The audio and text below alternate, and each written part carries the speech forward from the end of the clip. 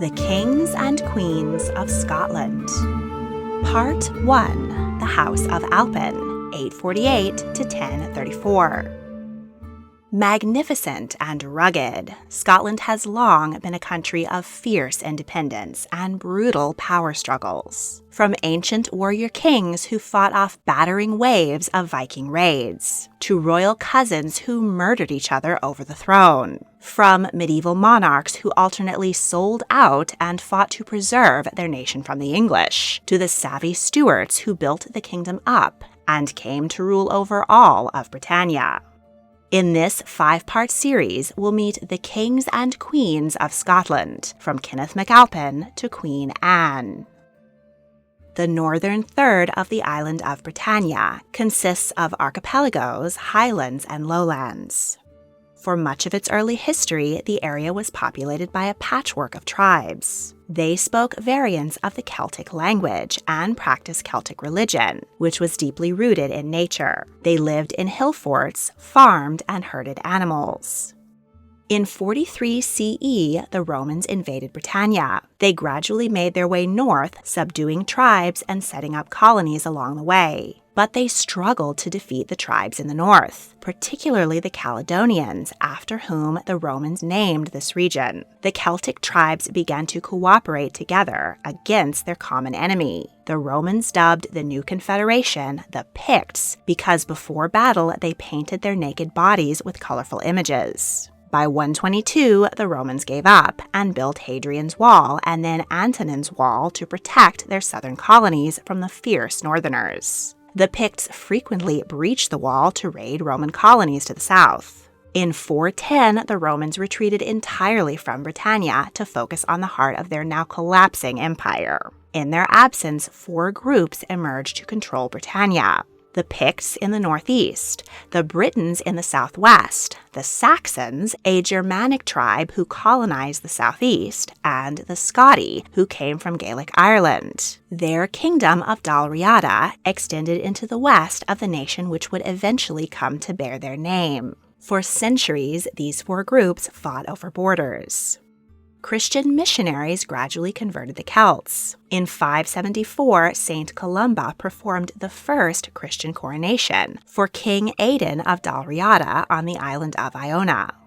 In 793, Vikings attacked the wealthy and undefended monastery of Lindisfarne. When the Northmen returned home, their ships loaded with treasure and told their countrymen how easy the monks were to kill. It was open season on Britannia. At first, the Vikings attacked and left quickly, carrying their loot back to Scandinavia. But eventually, they refused to leave and started pushing the inhabitants out of the way. In order to defeat the new external threat, the Picts and the Dalriadans would need to put aside their differences and band together. The House of Alpin. Kenneth I MacAlpin was born around 810 on the island of Iona. In 841, he inherited the kingdom of Dalriada from his father, Alpin. In Gaelic, Mac means son of, so he was Kenneth, son of Alpin. Kenneth's mother, whose name has been lost to history, was a Pictish princess, so he had a legitimate claim to the Pictish throne. Legend claims that Kenneth invited the king of the Picts and his nobles to a feast at Scone. Once the Picts were quite drunk, the Dalriadans pulled bolts from benches, and the Picts tumbled into concealed pits in the earth below. The holes had been armed with sharp blades, so the king and the nobles were impaled. Whether or not this story is true, through some combination of diplomacy and skullduggery, Kenneth became the king of the Picts around 843. The Dalriadans migrated east en masse, and the Picts were assimilated. Their language and culture quickly disappeared and were replaced with Gaelic. Kenneth, who was known as the Conqueror, created the first system of laws in the region. He established Scone as the new capital. There he sat upon the Stone of Destiny, upon which kings have been crowned as far back as 500 CE. The Scots claimed the stone had come from the Holy Land and served as Jacob's pillow as he dreamed of angels in the book of Genesis. But modern geologists have discovered that it was actually quarried in Scotland. Kenneth moved relics from the Abbey of Iona, which had been abandoned after frequent Viking raids, to Dunkeld, which was established as the new center of the church.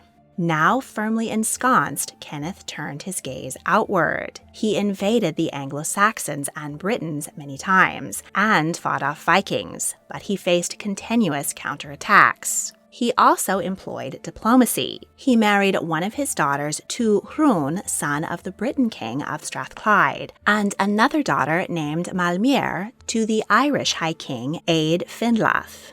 King Kenneth died at the age of 48 of a tumor and was buried in Iona Abbey.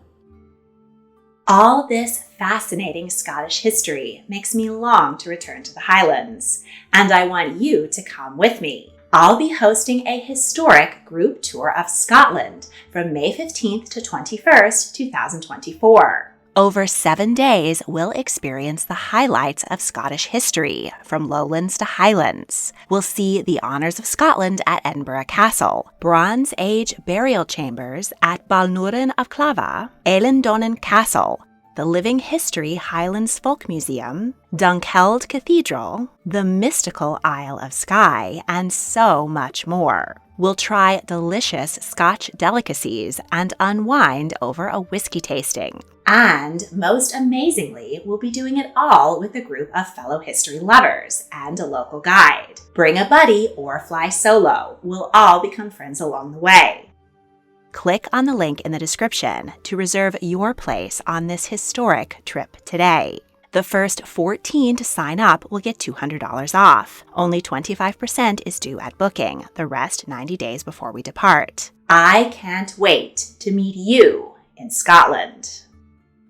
The Gaelic system of inheritance, called tanistry, dictated that any male relative of the chief, who was an adult and of sound body and mind, could be elected the next leader. In a time when warrior kings had a high mortality rate, this ensured that the throne would never go to a child, but to a man who was ready to take up arms against his enemies. In Kenneth's case, his heir was his brother, Donald I. He ruled for only 3 years. The Prophecy of Berchen is a cryptic historic poem. It was written as a fortune about the early Scottish kings, but in reality it was compiled in the 11th century long after their deaths. It foretold that evil would be Scotland's lot following the death of Kenneth MacAlpin. It refers to Donald I as a wanton son of a foreign wife, and claims he will rule for 3 years and 3 months and die of disease. Another source says he was assassinated. Either way, the throne passed next to his nephew, Constantine I, the eldest son of Kenneth I. The Prophecy of Berchen calls him the wine bountiful, so it's a fair guess that he enjoyed his drink. In the past, relatively small bands of Vikings had raided the coast, but in 841 they conquered Dublin, Ireland, and formed the Kingdom of Dublin. In 865, many groups joined together and formed the Great Viking Army. They burned a path through the Anglo-Saxon kingdoms and conquered the city of York, which, under their rule, was called Danelaw. They took over Northumbria. From there, they sent raiding parties into the heart of Scotland. They demanded tribute and hostages from King Constantine. Next, they sacked Dumbarton Rock, the stronghold of the Kingdom of Strathclyde, and left with wealth and prisoners. Constantine moved quickly to seize the land they had left behind. He ordered the murder of King Arthgal and married his own sister to the new king, Hrun. So Constantine became effective ruler of this neighboring kingdom. But the Vikings didn't leave him in peace. During a battle, Constantine was captured and beheaded on a beach. His brother Eochaid was the next on the throne. He ruled for only 1 year before being assassinated by Giric. It's not clear where he came from. He may have been the son of King Donald I, or he may not have had royal blood at all. Either way, after he got Eochaid out of the way, the only remaining royal males were children. Giric had influence over Eochaid's nephew, Eochaid, and used him as a puppet king. He was the son of King Rún of Strathclyde and Kenneth I's daughter. Thus he had a claim to both kingdoms. Giric led successful invasions into England and Ireland. A solar eclipse occurred, and the people believed it was a sign that God did not approve of the men in power. Both Giric and Eochaid were expelled by Kenneth MacAlpin's rightful heir, Donald II. He was a child when Giric had murdered his uncle Eochaid. As next in line to the throne, he and his cousin Constantine had been in grave danger, so they were smuggled out of the country and raised by their aunt, Maelmar. She was the wife of a high king and a powerful woman in Ireland. Once Donald was old enough to lead an army, he returned to his homeland to take back the throne. Donald earned the epithet the Madman for his ferocity in battle, and possibly for mental instability. He had to contend with increased Viking attack. He won battles, but was ultimately killed by Vikings after 11 years on the throne. His cousin, Constantine II, had better luck and forced the Vikings to retreat south. The king held a public ceremony at Scone to mark his new reign and a new beginning for his country. For 20 years, the kingdom was relatively stable, but a new threat emerged from the south. Alfred the Great had consolidated the kingdoms of Wessex and Mercia. His grandson Aethelstan conquered East Anglia and Northumbria, uniting southern Britannia and becoming the first king of the English. He took the northern city of York from Viking Olaf Guthfreyson, king of Dublin. Constantine made an alliance with Olaf to form a blockade against the English. Aethelstan then stormed Scotland, captured Constantine, and forced him to come to England to swear fealty.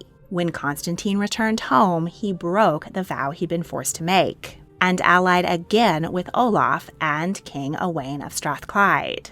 They faced off against the English at the Battle of Brunanburh. It was the bloodiest battle in Britannia up to that point, and defined the English national identity. Aethelstan came out victorious, and Olaf, Owain, and Constantine were forced to retreat. But they all outlived Aethelstan. He died 2 years later, and without his strong leadership, the English were no longer a threat. Constantine's cunning kept him on the throne for 43 years. Now in his 70s, and with the epithet the middle-aged, he was not capable of donning armor and defending his kingdom, as was required of a medieval king. So he abdicated in favor of his impatient cousin, and became the abbot of the Cuilén monastery in St. Andrews. He enjoyed a peaceful retirement and another decade, dying in his 80s.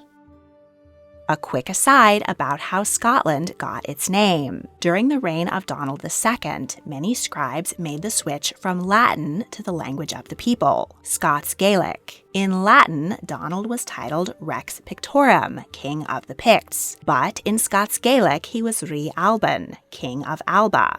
During the long reign of Constantine II, the kingdom began to be referred to as Scotorum, or Scotland. This name came from the Scoti tribe, from which the Alpin kings were descended. So the name Scotland was all about language, not geography. Malcolm I was the son of King Donald II.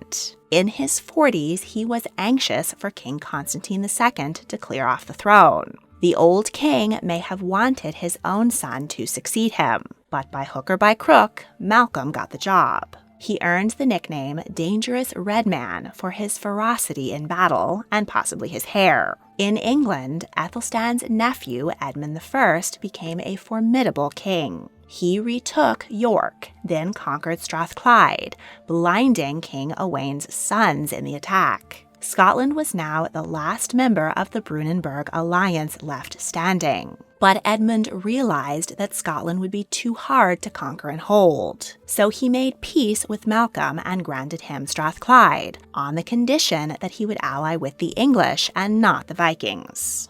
At 25, Edmund was stabbed to death in a brawl, cutting his reign short. His brother Eochaid was weak and often ill. The Archbishop of York was eager to take advantage and push the English out of Northumbria, but he needed a strong leader. He found his champion in Eric Bloodaxe. He was the son of the King of Norway and killed 2 of his own brothers in his climb to the throne. But he was expelled from his homeland, so headed to Britannia to pillage the coastline. There he allied with the Archbishop of York, who crowned him King of Northumbria. Eric was a threat to both England and Scotland. Eochaid sent his army north to burn towns and murder peasants until the Northumbrians agreed to get rid of Eric. Malcolm stayed true to his alliance with England and supported Eochaid. Together, they replaced Eric with their own puppet, Olaf, who had since lost his throne in Dublin.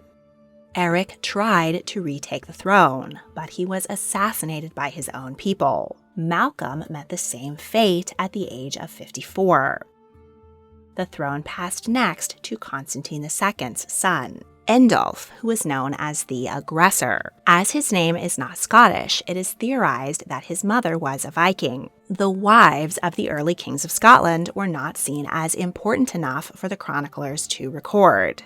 During Indulf's reign, the Scots pushed south into Northumbria and took the city of Edinburgh. But the Vikings attacked and the city was evacuated and abandoned for several years. In revenge, Indulf burned a Viking fleet, but he was killed in battle after a reign of only 8 years. The throne ping-ponged back to Constantine I's line, and Dubh the Vehement became king. The system of passing the throne back and forth between the dynastic lines of Kenneth MacAlpin's 2 sons, Constantine I and Eochaid, had worked out all right for several generations. But as these lines grew further apart, the family ties weakened. Indulf's son, Cuilén, wasn't keen on handing the throne over to his 3rd cousin, Dubh, and waiting his turn to get it back. The cousins fought a battle over the throne. Dubh initially won, but his 2 most important supporters were killed. Cuilén was then able to stage a coup and take the throne. Expelled, Dubh lorded his way through the countryside, punishing diverse evildoers. But one night, when his bodyguards were busy drinking, robbers snuck into the former king's bedchamber and stabbed him to death. According to legend, Dubh was buried in a shallow grave under a bridge, but the sun was extinguished and refused to shine until the ex-king was dug up and reburied with his ancestors on the holy island of Iona. There really were a few total eclipses around the time of Dubh's death.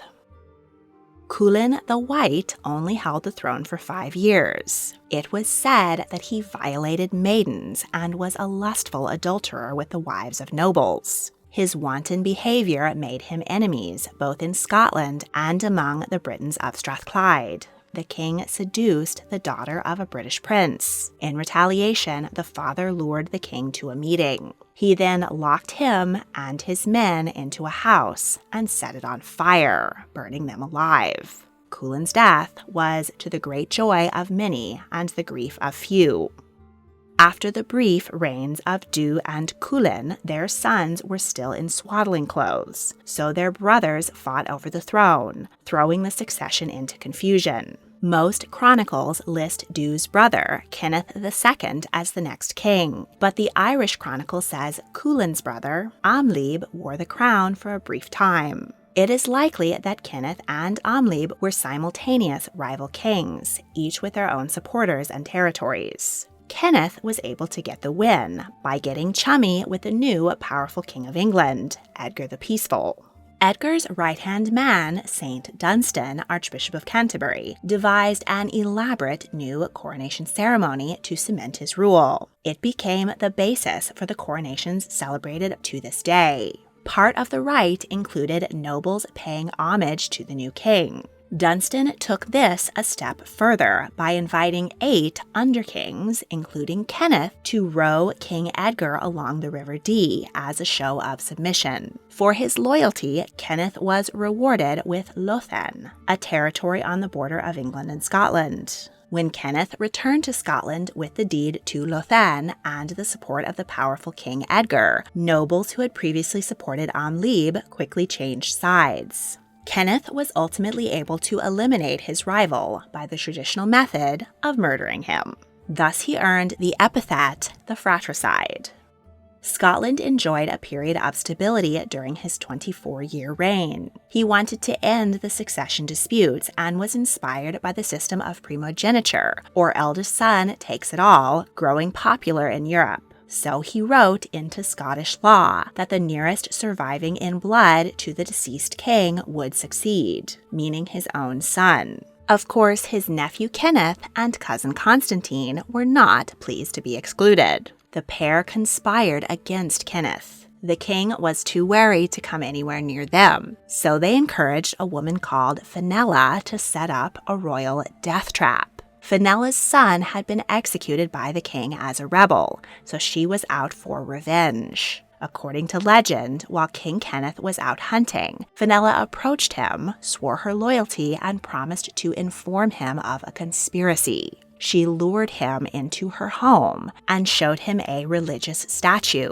which had been booby-trapped. The moment the king touched the sacred object, he triggered a dozen crossbows, which shot him through with arrows. When the king's guard discovered his body, they burned Fenella's house to the ground, but she had already escaped. Constantine III, the Bald, placed the crown on his own, presumably naked, head the next day. According to the new law, Kenneth's son Malcolm was the rightful king, but he was away in Cumbria. It took him a while to receive news of his father's death and the coup, and then raise an army to challenge the new king. Cousin Kenneth got there first and killed Constantine in battle, ending his reign in just 18 months. The three-way civil war was now down to two. Kenneth III was called the Brown. Malcolm kept troubling Kenneth with all manners of annoyance, which probably meant killing his supporters. After 8 years of this, Malcolm challenged Kenneth to a man-on-man trial by combat to let God decide who was the rightful king. Kenneth took up the challenge and lost. He and his son Grim were killed.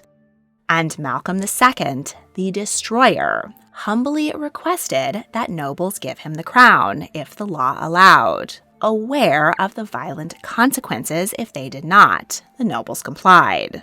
Malcolm took advantage of the ineffective rule of Ethelred the Unready of England and pushed the border of Scotland south. He laid siege to the city of Durham, but lost the battle against the Northumbrians. In 1018, the Viking Canute defeated Ethelred and took over England. While they were busy, Malcolm invaded the north once more and won. Canute allowed the Scottish affront to stand for a decade, but in 1031, he marched his army north to confront Malcolm. Instead of jumping into bloody battle, the kings solved their differences with diplomacy. They agreed on borders, and Canute stood as godfather to Malcolm's son. Unfortunately, this son did not live long. Malcolm's only surviving offspring were 3 daughters. This set the succession up for dispute. As soon as they were old enough, Malcolm married off his daughters in the hopes of getting grandsons to succeed him. The eldest, Berthach, was wed to the lay abbot of Dunkeld and gave birth to Duncan. The second daughter, Donata, wed the Viking Sigurd the Stout and gave birth to Thorfinn the Mighty. And the third daughter, Olith, married Finlay of Moray and had a son named Macbeth. Malcolm named Duncan as his heir, but this raised the ire of claimants from other branches of the Alpin family. For a decade, the king was embroiled in battle, slaying rivals and trying to secure his grandson's succession. In the middle of the bloodbath, King Malcolm died. It is not clear if he expired from battle wounds or just old age. He had ruled for 29 years and was in his 80s. Malcolm II's demise brought an end to the Alpin dynasty. His grandson, Duncan, did succeed him, but he founded a new royal dynasty, the House of Dunkeld. In the next episode, we'll continue the bitter rivalry between the branches of the royal family, learn how the Scots took advantage of the Norman invasion of 1066, meet the nation's most famous Saint Queen, and find out what really happened to that certain Scottish king made infamous by William Shakespeare. Thank you to Bruce at Scotland History Tours for helping me with the pronunciations in the series. If you want to take more deep dives into Scottish history, check out his excellent channel. A link is in the description. Want even more tea on history? Check out the History Tea Time podcast. Don't want to wait to see the next episode? Patrons get exclusive early access to all of my multi-part series. If you would like to join my Patreon and help me make more fascinating videos, click on the link in the description. Thank you for watching.